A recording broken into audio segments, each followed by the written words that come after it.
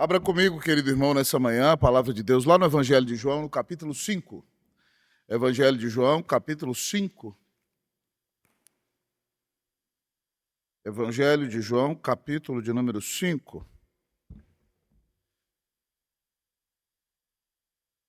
Eu lerei apenas o versículo 39. Evangelho de João, capítulo 5, versículo 39. Assim diz a palavra do Senhor. Examinais as Escrituras, porque julgais ter nelas a vida eterna, e são elas mesmas que testificam de mim. Vamos ler todos comigo esse versículo? Examinais as Escrituras, porque julgais ter nelas a vida eterna, e são elas mesmas que testificam de mim. Senhor, fala ao nosso coração e abençoa a nossa vida. A tua palavra foi lida, dita pelo próprio Senhor Jesus. Ó Deus, que ela venha ao encontro do nosso coração. Que ela seja lâmpada para os nossos pés e luz para o nosso caminho. Que ela traga renovo à nossa vida. Que ela fortaleça a nossa fé.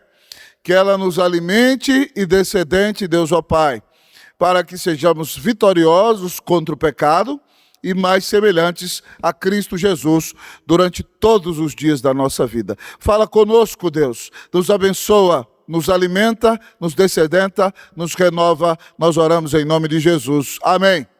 A igreja pode sentar-se.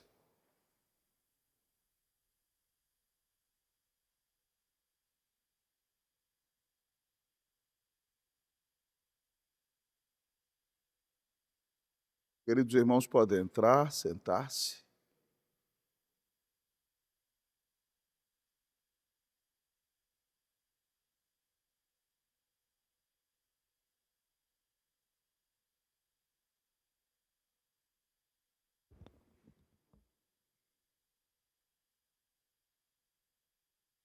O grande poeta Castro Alves, no seu famosíssimo poema, O Livro e a América, nos apresenta o seguinte verso: bendito o que semeia livros, livros a mão cheias, que manda o povo pensar. O livro caindo na alma, é germe que faz a palma, é chuva que faz o mar. Certa vez eu ouvi o reverendo Adair Sandoval fazendo uma paráfrase desse poema, e eu me encantei com a paráfrase, e ela se aplica totalmente na nossa mensagem dessa manhã. Ó bendito o que semeia Bíblias, Bíblias à mão cheia, que manda o povo pensar. A Bíblia, caindo na alma, é germe que faz bem à alma, que diz ao povo que Cristo veio ao mundo para salvar. Louvado seja Deus pela bênção da sua palavra. Nesse capítulo, amados irmãos, do Evangelho de João, o Senhor Jesus está debatendo com os fariseus e religiosos de Jerusalém, mostrando que ele é o enviado do Pai, que ele não faz as suas obras por si mesmo, mas as faz porque ele é o enviado de Deus, e ele é o próprio Filho de Deus. E ele está argumentando com eles que eles precisam crer no Senhor Jesus para ter a bênção da vida eterna. E no nosso versículo, no de baixo, ele diz o seguinte: examinais as Escrituras, porque julgais ter nelas a vida eterna, e são elas mesmas que testificam de mim. Contudo, não quereis vir a mim para terdes vida. Jesus está dizendo àqueles homens que para que eles recebam a vida eterna, eles precisam crer no Senhor Jesus e entregar a sua vida totalmente a Ele. Mas eles rejeitam o Senhor. E o Senhor mostra para eles porque eles são indesculpáveis. Porque eles examinam as Escrituras, elas falam de Jesus, e eles, mesmo assim, continuam rejeitando o Senhor Jesus. Hoje, ao olharmos para este versículo, no qual o Senhor deixa os religiosos judeus indesculpáveis, nós vamos aprender, neste fim de semana da Reforma, sobre a singularidade das Escrituras. E ao olharmos para o texto, nós vemos, em primeiro lugar, porque as Escrituras são singulares e únicas, elas devem ser examinadas. Porque as Escrituras são singulares, elas devem ser examinadas. O nosso versículo diz: examinais as Escrituras. Aqueles religiosos faziam bem ao estudar a palavra de Deus. Se nós, amados irmãos, queremos ter a vida eterna e vivermos um relacionamento vivo e pessoal com Deus, nós temos que ser pessoas comprometidas a examinar a palavra de Deus. O Salmo 19, amados irmãos, fala da importância da Bíblia e das transformações que ela traz na vida daqueles que a examinam. A partir do versículo 7 do Salmo 19, a palavra de Deus diz que a lei do Senhor é perfeita e restaura a alma. O testemunho do Senhor é fiel e dá sabedoria aos simples. Os preceitos do Senhor são retos e alegram o coração. O mandamento do Senhor é puro e ilumina os olhos. O temor do Senhor é límpido e permanece para sempre. Os juízos do Senhor são verdadeiros, são todos igualmente justos. São mais desejáveis do que o ouro, mais do que muito ouro depurado. São mais doces do que o mel e o destilar dos favos. Além disso, por eles se admoesta o teu servo em os guardar a grande recompensa. Salmo 19, de 7 a 11. Ah, queridos amigos e irmãos, se nós examinarmos as Escrituras, as guardarmos em nossa mente e em nosso coração, nós seremos o povo mais abençoado da terra, porque ouviremos Deus falar conosco e seremos transformados pelo seu Espírito Santo, por meio do poder da sua palavra.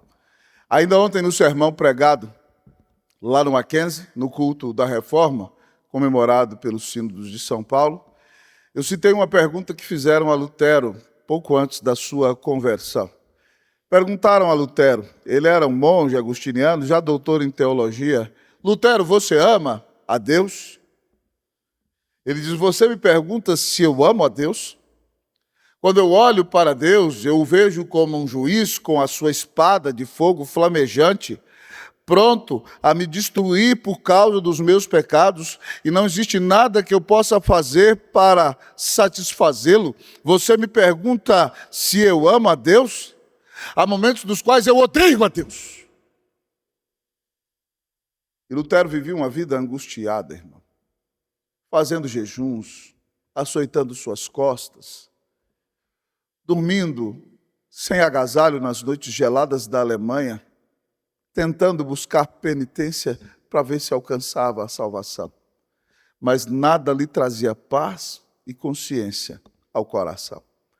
Até que Deus deu a ele a bênção de estudar a palavra de Deus e ler em Romanos 1,17 o seguinte: visto que a justiça de Deus se revela no Evangelho de fé em fé, como está escrito, o justo viverá pela fé. Então Lutero entendeu, amado irmão, que ele não conseguiria ser justo aos olhos de Deus por sua própria obediência, porque isso é impossível para qualquer pecador. Ele disse que a justiça de Deus se revela no Evangelho. Como? Por meio da fé, de fé em fé. Como está escrito, o justo viverá pela fé. Então Lutero entendeu, amados irmãos, que ele foi declarado justo pela fé na obra de Jesus.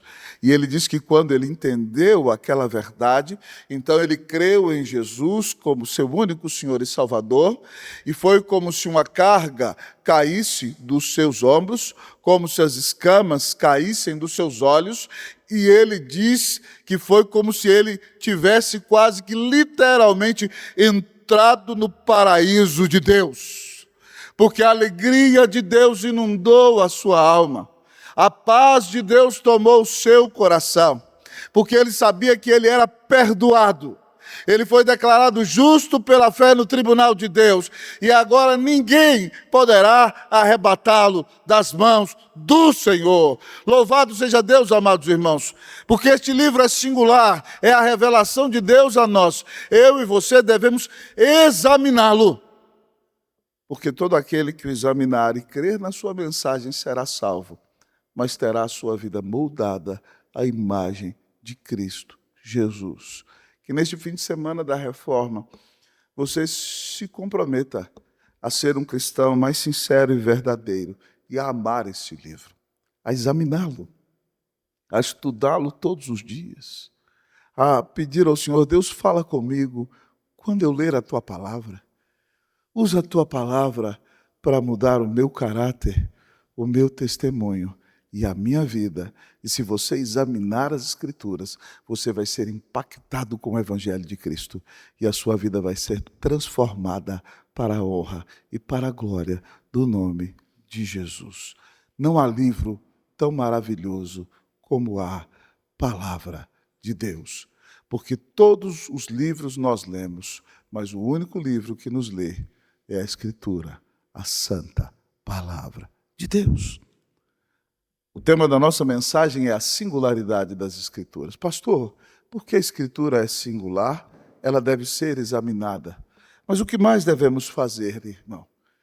Por que devemos examiná-la? Porque ela testifica de Jesus. Em segundo lugar, o texto nos diz que as Escrituras são singulares porque elas testificam de Jesus. Diz o nosso versículo: examinais as Escrituras, porque julgais ter nelas a vida eterna, e elas mesmas testificam de mim. Por que nós devemos examinar as Escrituras, irmãos? Porque elas testificam de Jesus. O grande objetivo do Antigo Testamento é mostrar como Deus criou o mundo. Nós somos pecadores.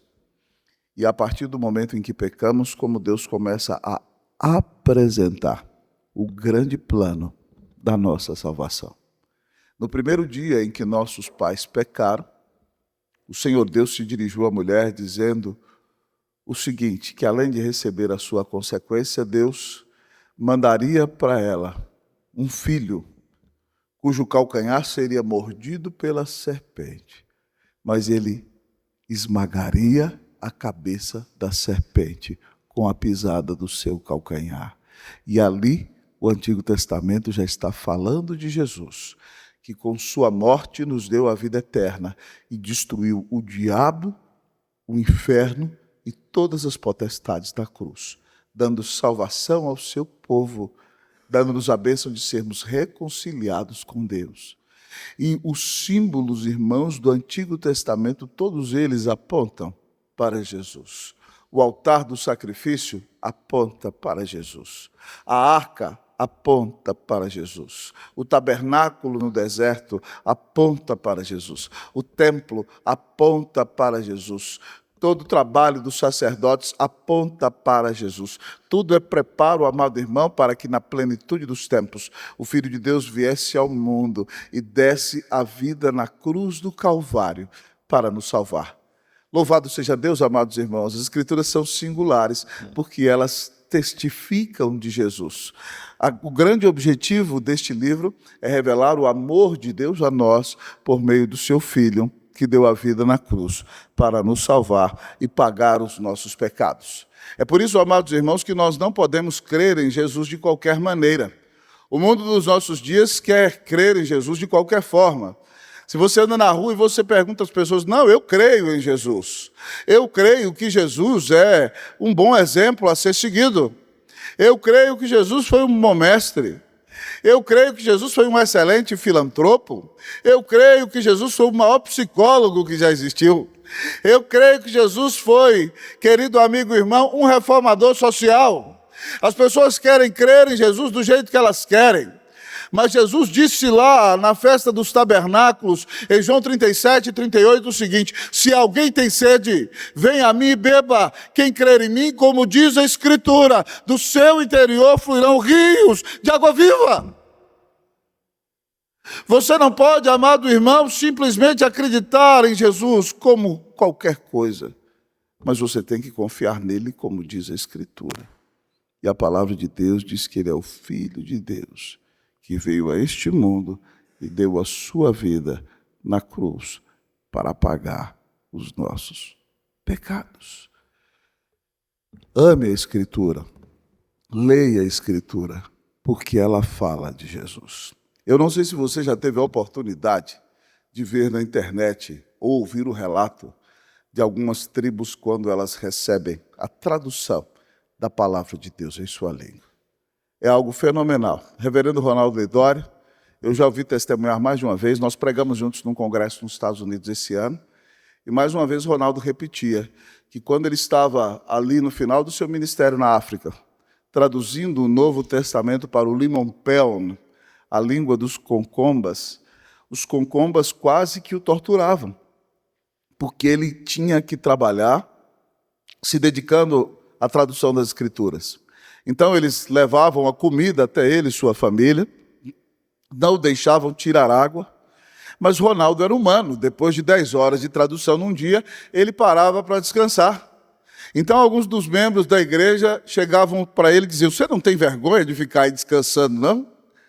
Nós precisamos ouvir Deus falando conosco em nossa língua. Ele disse que era um terror. E ele disse que no dia em que eles entregaram o Novo Testamento para aquele povo, o povo chorava, o povo se alegrava, o povo abraçava o Novo Testamento e o povo dizia: louvado seja Deus, agora Deus fala conosco em nossa língua. As pessoas recebem a Bíblia, abraçam a Bíblia, beijam a Bíblia. Obrigado, agora eu vou ouvir Deus falar comigo na minha língua, porque ela testifica de Jesus. E você, meu querido amigo e irmão, tem essa palavra maravilhosa, com distintas versões em sua casa, e você não leva a sério a palavra de Deus. Você não a estuda. Você não busca essa palavra para conhecer mais o Senhor Jesus. Que Deus tenha misericórdia da sua vida. Se você quer ser um cristão robusto, que faz a diferença neste mundo, o Evangelho tem que ocupar um lugar central na sua vida. E você precisa ser um crente que ama, que estuda e que lê a palavra de Deus, porque ela testifica de Jesus. Só por isso nós temos que amar esse livro, para conhecer cada dia mais e mais o nosso Salvador. Louvado seja Deus pela bênção que temos nós de ter a palavra de Deus em nossa língua. Mas o nosso texto continua a nos apresentar a singularidade das Escrituras. E porque elas são singulares, elas devem ser examinadas. A singularidade delas se revela no fato de que elas testificam de Jesus.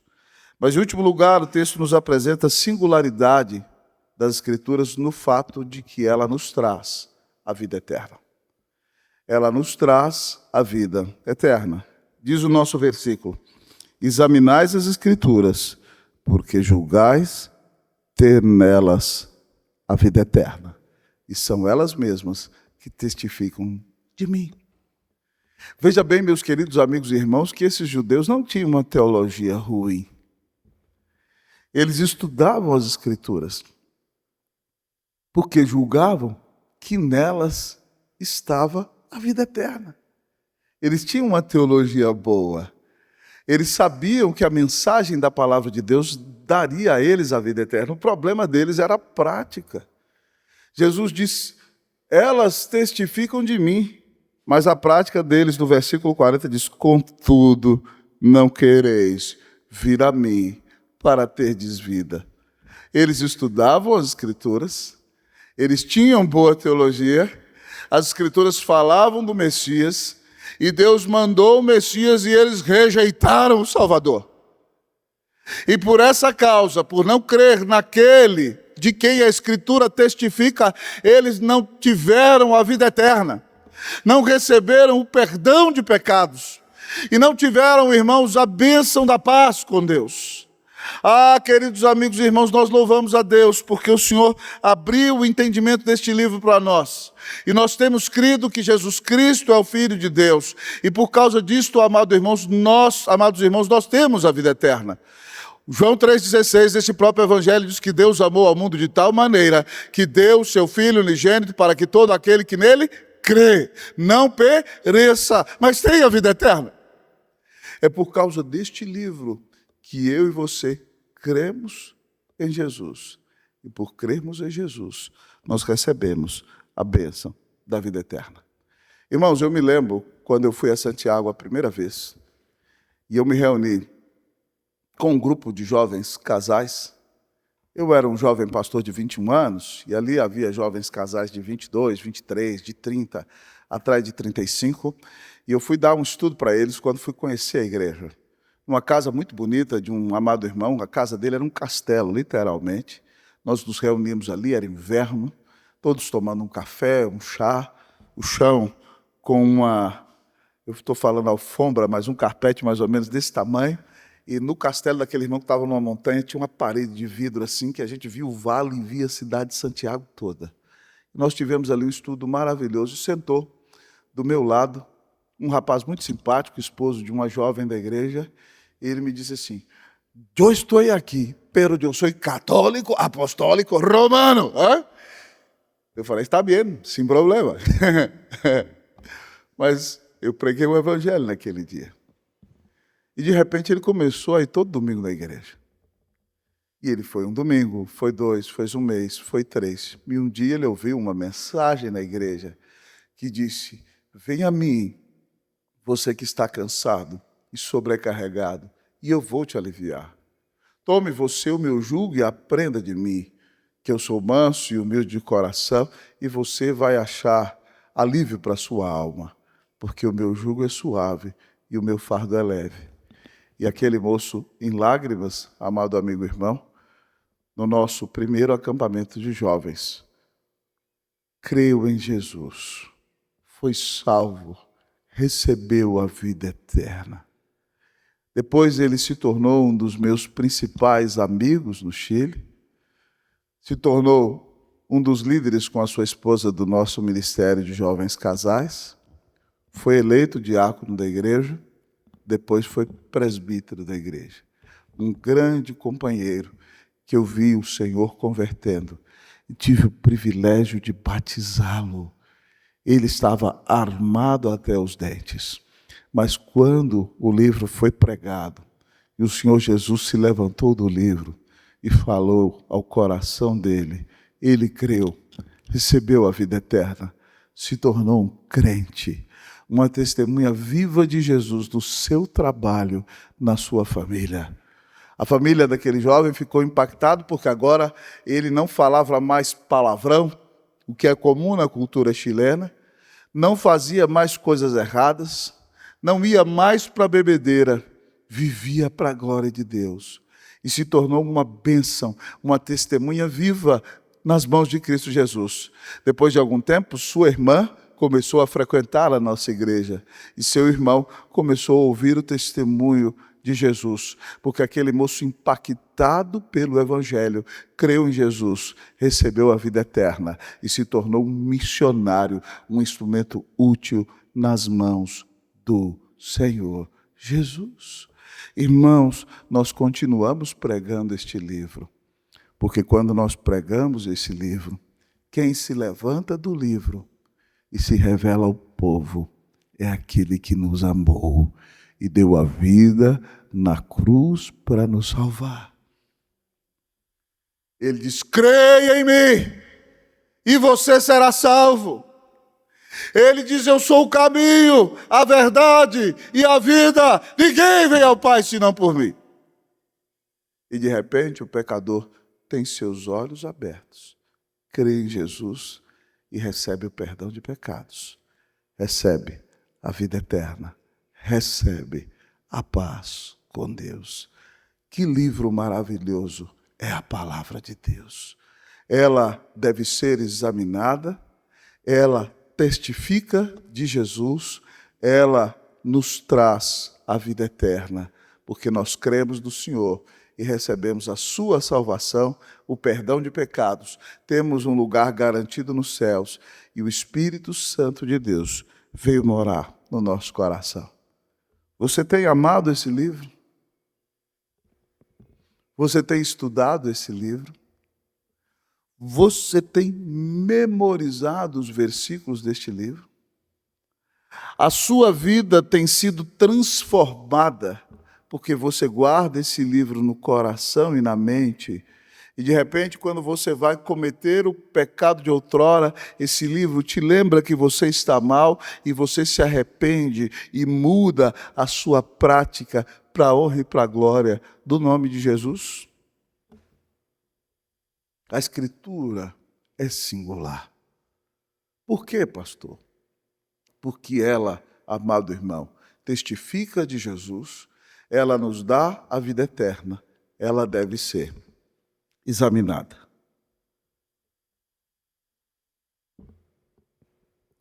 Um dos escritores mais famosos da Europa, grande poeta, é Franz Kafka. Ele foi um escritor tcheco de língua alemã, nascido em Praga no ano de 1883 e falecido em 1924. E é considerado um dos maiores da literatura ocidental. Kafka faz a anatomia do coração humano, da angústia, das dores e das depressões do homem. E há uma citação de Kafka sobre o tipo de livro que nós deveríamos ler, que eu acho que é maravilhosa. Ela diz assim: nós deveríamos apenas ler os livros que nos picam e que nos mordem, que batem em nós.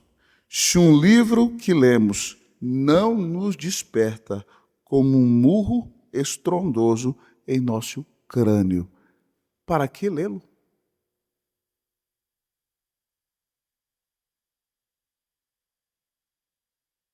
Nós deveríamos ler livros, irmãos, que nos incomodam, que nos confrontam. Isso diz Franz Kafka. Eu quero dizer para você que o melhor livro para te incomodar, para te confrontar, para quebrar o gelo da sua alma, para tirar o inverno de dentro do seu peito, para fazer a luz de Deus brilhar nas trevas do seu coração, é a Bíblia, a palavra de Deus, pois ela mostra o teu pecado, aquilo que precisa mudar na sua vida, mas ela te mostra o caminho da salvação. Examinais as Escrituras, porque julgais ter nelas a vida eterna, e são elas mesmas que testificam de mim. Examine as Escrituras, porque elas testificam de Jesus, porque elas dão a você a bênção da vida eterna, pela fé em Cristo Jesus. Ame esse livro, estude este livro, guarde-o no seu coração, memorize os seus versículos, ensine para os seus filhos dentro de casa, venha para a escola dominical aprender mais sobre ele, participe dos pequenos grupos da igreja para poder aprender sobre este livro. Não perca a bênção de ouvir mensagens expositivas que revelam a sua alma, que te chamam ao arrependimento, que te chamam a crer em Jesus e que trazem um impacto violento para moldar e mudar a sua vida, para que você seja cada dia mais parecido com o Filho de Deus, que você ame a palavra de Deus, que você aguarde no coração, porque ela diz: guarda no coração as tuas palavras para não pecar contra ti. Se você quer vencer o pecado e quer ser mais parecido com Jesus, guarde esse livro no coração, guarde-o na sua mente, aplique-o em sua vida, creia no Senhor e você será transformado. Que Deus te dê a bênção da vida eterna, em nome de Jesus, para a glória de Jesus. Amém.